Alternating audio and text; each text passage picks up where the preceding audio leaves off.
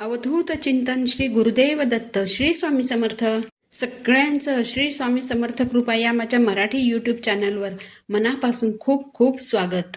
आपल्या आयुष्यात जी काही दुःख आहेत, संकट आहेत, जी काही दरिद्रता आहे, जी काही नकारात्मकता आहे, त्या सगळ्याचा नाश होऊ दे आणि आपल्या घरात फक्त सुख, समृद्धी आणि शांती येऊ दे, हीच स्वामींच्या चरणी प्रार्थना करते आणि आज या नवीन व्हिडिओला सुरुवात करते. बघा, 13 मार्चला आहे होळी. होळीचं दहन म्हणजे अशुभावर विजय, असत्यावर विजय, म्हणून आपण होळीकडे पाहतो. याबरोबरच होळीची रात्र ही पूजा आणि ज्योतिषशास्त्रीय उपाय करण्यासाठी महत्वाची मानली जाते. ज्योतिषशास्त्रानुसार या रात्री साधना केल्याने त्याची शुभ फळं जी असतात ती आपल्याला लवकर मिळतात.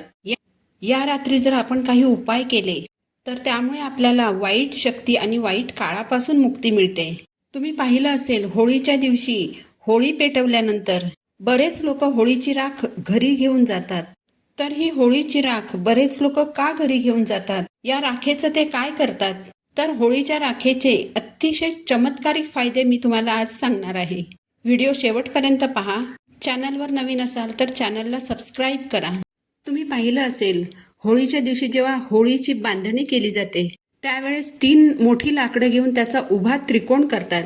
त्या त्रिकोणाची जमिनीवरील जी बाजू असते तिथे जमिनीवर गोवऱ्या मांडल्या जातात आणि नंतर होळी पेटवली जाते. होळी पेटवताना त्यात गवऱ्यांचा वापर जास्त होतो.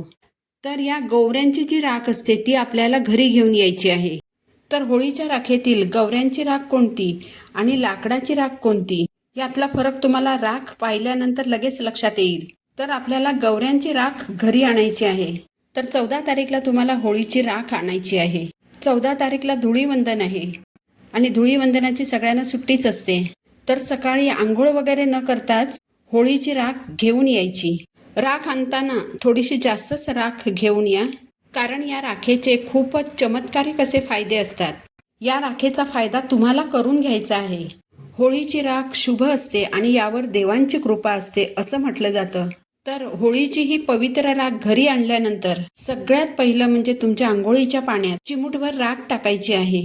आणि जेव्हा तुम्ही आंघोळ कराल तेव्हा एका वाटीत थोडीशी राख घ्या, त्यात किंचितसं पाणी टाकून ती राख ओली करा आणि तुमच्या संपूर्ण शरीराला ती राख लावायची आहे. आणि तुमच्या संपूर्ण शरीराला ती राख तुम्ही लावायची आहे. दिवाळीला जसं आपण उटणं अंगाला लावतो, अगदी त्याच प्रकारे ही राख आपल्याला आपल्या संपूर्ण शरीराला लावायची आहे. आणि मग तुम्ही अंगावर पाणी टाकून आंघोळ करा. होळीची राख अंगाला लावून स्नान केल्याने तुमच्यावर जे काही नकारात्मक प्रभाव असतात ते दूर होतात.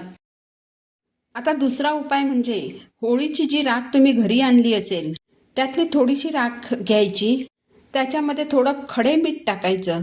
बघा, आपल्या घरात खडे मीठ म्हणजे ते जाडं मीठ असतं, ते असतंच आपल्या घरामध्ये, त्याला समुद्री मीठ पण म्हणतात.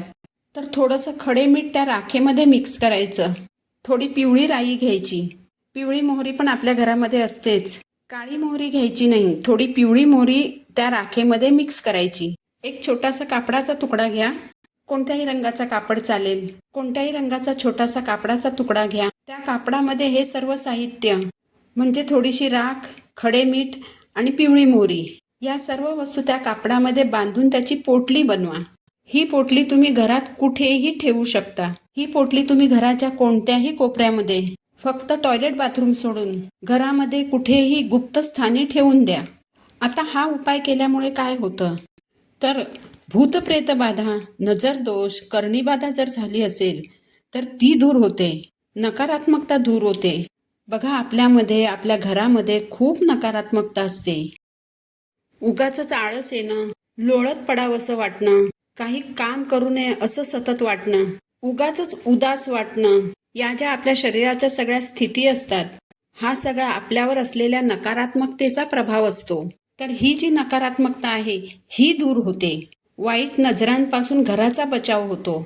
बघा, जर कधी असं झालं की तुमची तब्येत एकदम ठणठणीत आहे पण तरीही तुमचं अंग जड झालंय, काही काम करायची इच्छा होत नाही, उगाचच डोकं जड झालं असेल, तर आंघोळीच्या पाण्यात चिमूटभर राख टाकून त्या पाण्याने स्नान करा. बघा, तुम्हाला खूप चांगला अनुभव येईल. होळीच्या या पवित्र राखेमध्ये आपल्या शरीरातील दूषित द्रव्य शोषून घेण्याची क्षमता असते. म्हणून होळीच्या दुसऱ्या दिवशी घरातील पुरुष मंडळींनी होळीची राख कपाळावर तिलक म्हणून लावावी. यामुळे भाग्योदय होतो आणि बुद्धी कुशाग्र होते. आता घरात जर पैसा टिकत नसेल किंवा पैशाची बचत होत नसेल, घरात लक्ष्मी स्थिर नसेल, तर काय करायचं? तुम्ही जी होळीची राख आणलेली असेल त्यातील थोडीशी राख एखाद्या लाल रंगाच्या छोट्याशा कापडात बांधायची. या राखेमध्ये काहीही मिक्स करायचं नाही. ही राख फक्त लाल रंगाच्या रुमालात बांधायची आणि तिजोरीत अथवा तुमच्या पर्समध्ये ठेवून द्या. यामुळे घरात पैसा येण्याचे मार्ग खुले होतात आणि लक्ष्मी घरामध्ये स्थिर राहायला मदत होते. म्हणजे घरात जो फुटकळ कारणांवर वायफळ खर्च होत असतो ते खर्च आपोआप कमी होतात. आता होळीची जी राख तुम्ही घरी आणलेली असेल त्यातील थोडीशी राख घ्यायची आणि ती घराच्या चारही दिशांना टाकायची. गावच्या ठिकाणी हा उपाय अगदी व्यवस्थित करता येतो. पण जर तुम्ही शहरात फ्लॅटमध्ये राहत असाल तर तुमच्या फ्लॅटला जेवढ्या खिडक्या असतील त्या खिडक्यांमधून ही राख बाहेरच्या साईडला फुंकायची आणि थोडीशी राख ही तुमच्या मुख्य दरवाजावर टाकायची. यामुळे काय होतं तर यामुळे ज्या नकारात्मक शक्ती असतात त्या तुमच्या घरात प्रवेश करत नाहीत. नकारात्मक शक्तींपासून, वाईट नजरांपासून घराचा बचाव होतो. यामुळे घरात सुख, समृद्धी आणि शांती येते.